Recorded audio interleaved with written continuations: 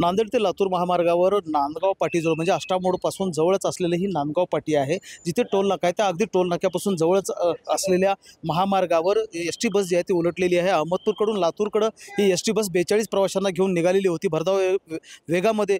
ही बस जेव्हा टोल नाक्याच्या जवळ आली, नांदगाव पाटीवर आली, तेव्हा एका दुचाकीस्वाराला वाचवण्याच्या नादामध्ये ही भरधाव वेगामध्ये ही बस उलटलेली आहे. आणि यामध्ये आता गंभीररित्या जखमीची संख्या जर आपण लक्षात घेतली तर 6 जण गंभीररित्या जखमी झालेले आहेत आणि 36 जण यामध्ये जखमी झालेले आहेत. सुदैवानं यामध्ये कसलीही जीवितहानी झालेली नाही, मात्र गंभीररित्या 6 जण जखमी झालेले आहेत. या ठिकाणी जर लक्षात घेतलं आपण तर या आठवड्यातला हा दुसरा अपघात आहे, ज्यामध्ये अशाच प्रकारच्या एका अपघातामध्ये मोटरसायकल स्वाराला आपला जीव गमवावा लागला होता. नांदगाव पाटीचं जे हे ठिकाण आहे हे अपघात स्थळ बनत चाललेलं आहे आणि मृत्यूचा सापळा बनत चाललेला आहे.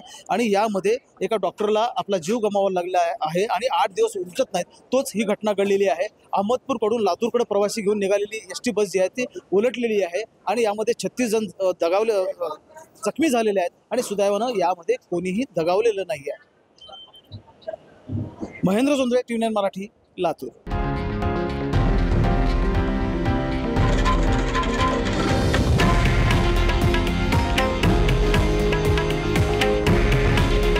हे आहे देशातील नंबर 1 न्यूज नेटवर्क आणि आपण पाहत आहात TV9 मराठी.